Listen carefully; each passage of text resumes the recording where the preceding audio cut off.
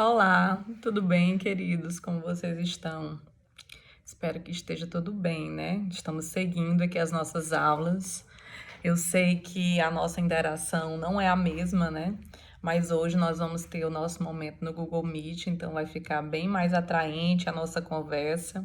Temos muitas coisas aí a estarmos debatendo, estarmos colocando, já que temos um assunto tão extenso, né? Já como material de vocês, espero que vocês estejam estudando também, aprofundando o nosso conteúdo, porque aqui é bem pequeno diante daquilo tudo que vocês podem aprofundar no nosso material, né? Então, assim, o nosso material que nós já passamos para vocês, ele é gigantesco, tem muita coisa legal e que vai servir para o dia a dia de vocês, para aqueles que vão atuar dentro das mais diversas áreas do direito. Como nós sabemos, o direito nos dá essa possibilidade, né?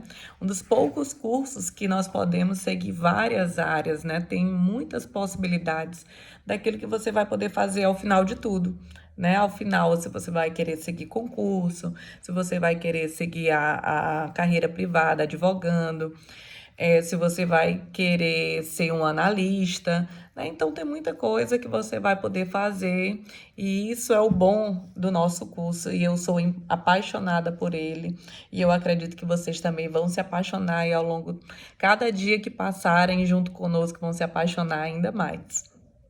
Então vamos seguir, né?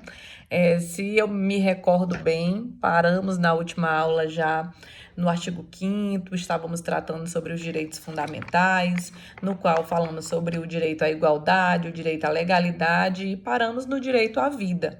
Né? O direito à vida, esse, né, que nós falamos, encerramos justamente falando sobre essa possibilidade, ou melhor, essa vertente negativa e essa vertente positiva, né? O direito, a vertente negativa, colocando esse direito que nós temos de manutenção, né, da vida, sobreviver, viver em sentido simples, ou que o Estado não vai intervir na nossa vida, no sentido de existência, e nós temos também no sentido positivo, né?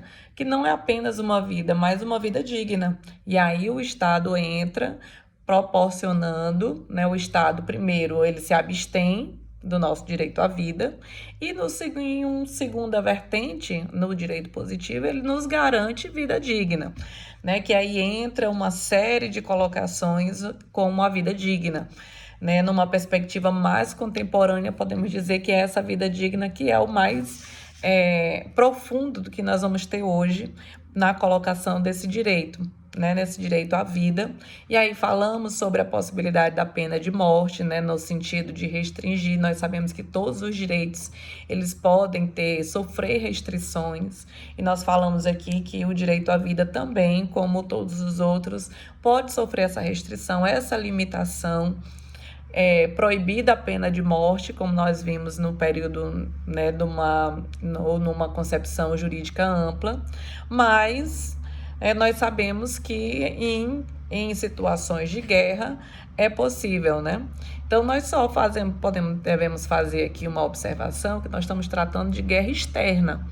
Eu não estou tratando de guerra interna, porque no Brasil essa possibilidade de secessão, se houver uma guerra civil, não é permitido a pena de morte, mesmo assim, tá? É interessante a gente colocar isso. Falamos sobre o aborto é a possibilidade o Código Penal dá a possibilidade, e entendimento também do STF, do aborto sentimental, né? Aquele que a mulher é vítima de estupro.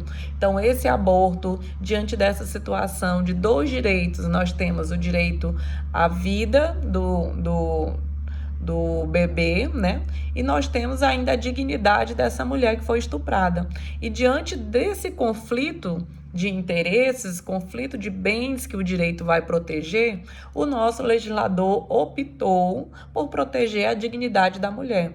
Então, pode ser o aborto necessário, ou melhor, o aborto sentimental, que é em decorrência de estupro que essa mulher venha a sofrer, e ainda no caso também do aborto, pode acontecer do aborto necessário, se colocar em risco a vida da mãe, ela também vai poder optar por formalizar ou por concretizar o aborto, impedindo que aquele bebê venha retirar a sua vida, se for comprovadamente que aquela gestação vá comprometer a vida da mulher. Né? Então, nós temos essas duas possibilidades no código e temos ainda o aborto do feto anencéfalo, que nós falamos também aqui na última aula, que é aquela gestação em que vai ter como fruto um bebê sem mínima possibilidade de sobrevida. Então, nessa situação também, nosso ministro Marco Aurélio, nós falamos aqui da DPF número 54, que possibilitou o aborto desse feto anencéfalo. Né? Então, foi só uma retrospectiva. Então, diante dessas situações, né, do direito à vida, seguindo nessa vertente de proteção, a nossa Constituição ainda garante, lá no artigo 5º, inciso 3, que é vedada a tortura e o tratamento desumano degradante. Tá? Então, essa é uma expressão do princípio da dignidade da pessoa humana e é direcionada ao Estado, né? Primeiramente ao Estado, indubitavelmente, né? Através dos seus agentes, não vão poder torturar ninguém. Por que que isso foi preciso? Né? Lógico que, em decorrência do princípio da dignidade humana, como fundamento da República, que nós já falamos, nós poderíamos entender que nem havia necessidade, professora, de colocar esse texto como um direito fundamental, já decorreria do princípio da dignidade. Sim, né? Nós já falamos sobre isso.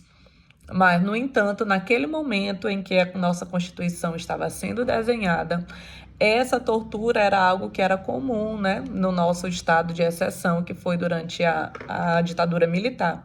Então, era necessário, sim, estabelecer, descrever o artigo 5º, no inciso 3, que vai dizer que ninguém será submetido à tortura, nem a tratamento desumano ou degradante. Né? Nós vamos lembrar proteção à vida e ainda em decorrência do princípio da dignidade da pessoa humana. Interessante nós destacarmos, imediatamente vem à nossa mente a situação da súmula vinculante número 11. Sempre que eu falar de súmula vinculante, vocês já sabem que é do STF. Então, a súmula vinculante número 11, ela vai tratar sobre o uso das algemas. Quando, né, lógico que quem está estudando aí para seguir as carreiras policiais, tem essa vertente policial muito forte, sabe que a galera aí quer mesmo colocar algema, né, no pessoal. E aí, né, lógico que imediatamente a gente lembra do princípio da dignidade da pessoa humana. Naquela situação, a dignidade humana, ela está sendo posta em xeque, já que ali ele está ofertando ali um perigo. Então, imediatamente se prende aquele cidadão, aquela pessoa e se algema. Nessa situação, né, se a súmula vinculante vai dizer que só é lícito o uso dessas algemas em 3 situações. Se o indivíduo apresentar resistência à prisão, se ele apresentar receio de fuga, né, se ele tiver possibilidade dessa fuga daquele que está sendo preso, e ainda se ele apresentar perigo à integridade física própria ou alheia, por parte do preso ou de terceiros. Justificada essa excepcionalidade, quando é que ela vai ser usada? De forma excepcional, quando o próprio indivíduo ele demonstrar que é necessário se colocar aquela algema por conta dessas 3 situações: apresentar resistência, fundado receio de fuga ou para proteger a sua integridade ou a de terceiros. Certo? Então, nessas situações é possível o uso de algema, segundo a súmula vinculante, que vai ser fundamentada o uso das algemas por escrito a posterior, sob pena de responsabilidade disciplinar, civil e penal do agente ou da autoridade e de nulidade da prisão ou do ato processual a que se refere, sem prejuízo da responsabilidade civil do Estado. Né? Então, nós podemos perceber nesse caso um claro objetivo do legislador, na verdade do judiciário, quando emite essa súmula vinculante, que vai vincular todos os órgãos dos tribunais e ainda o Poder Executivo, quando ele vem dizer, mais uma vez, que o princípio da dignidade humana é o principal. Qualquer coisa que venha diminuí-lo ou venha restringir esse direito, ele tem que ser excepcional e fundamentado, como nós podemos ver aqui, sob pena, né, dessas prisões serem tidas por ilegais e ainda responsabilizar o agente que usou a algema de forma indevida em qualquer pessoa, qualquer cidadão, qualquer pessoa que venha a ser detida aqui no Brasil, diante dessa situação. Então, essa proteção, a súmula vinculante número 11, mais uma vez eu repito, é uma proteção à dignidade da pessoa humana. Então, só finalizando essa parte, lá no artigo 5º ainda, no inciso 68 da Constituição, vai dizer que não haverá penas de morte, né? No caso, aí ele vai dizer na linha A, salvo em caso de guerra declarada, não vai haver pena de caráter perpétuo, não vai haver pena de caráter forçado, de banimento e penas cruéis, né? Todas essas estão dizendo claramente no nosso ordenamento que nós protegemos, né? Nós nos atentamos à dignidade da pessoa humana. Então, caráter perpétuo não existe trabalho forçado, não existe pena de banimento e não existe pena cruel no Brasil, certo? Então, essa aqui foi só uma revisãozinha daquilo que nós falamos na última aula.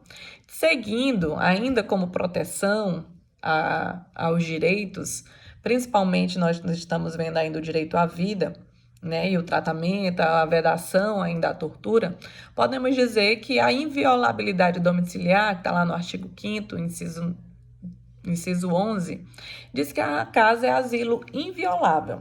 A casa é asilo inviolável do indivíduo, ninguém nela podendo penetrar sem consentimento do morador, salvo em caso de flagrante delito ou desastre, ou para prestar socorro, ou durante o dia por determinação judicial. Então, o conceito de casa, nós podemos entender que é toda a estrutura, como o quintal, a garagem, os compartimentos de natureza profissional que não tenham acesso ao público de forma direta, né?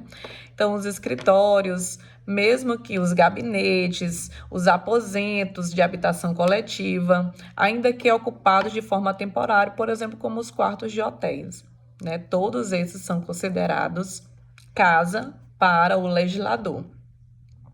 Então, em flagrante delito, nós podemos ver aqui que o texto vai dizer que pode ser em qualquer momento, mesmo sem consentimento, lógico, né, do morador, daquele que está habitando ali de forma temporária.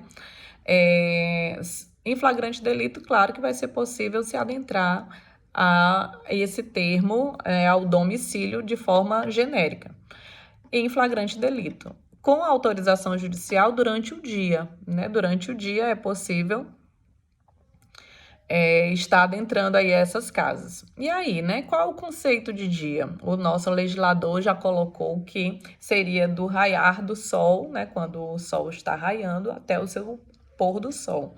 Que, de forma como nós sabemos que o Brasil é um país que tem fusos horários diferentes, o critério mais aceito hoje é o de 6 até às 18 horas. Certo? Então, a qualquer hora em flagrante delito e para prestar socorro, né? Acabei em desastre, para prestar socorro também durante o dia e por mandado judicial durante o dia, como nós podemos dizer, né? Esse horário de 6 às 18 horas.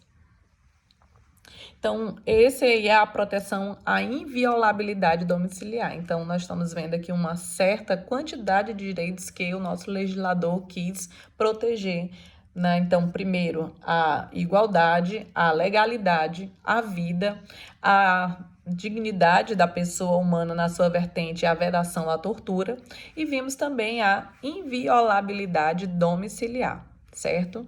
Seguindo, nós vamos ver no próximo bloco, antes da gente passar para o próximo tema, nós vamos falar rapidamente sobre a jurisprudência do STF, sobre esse tema de inviolabilidade domiciliar.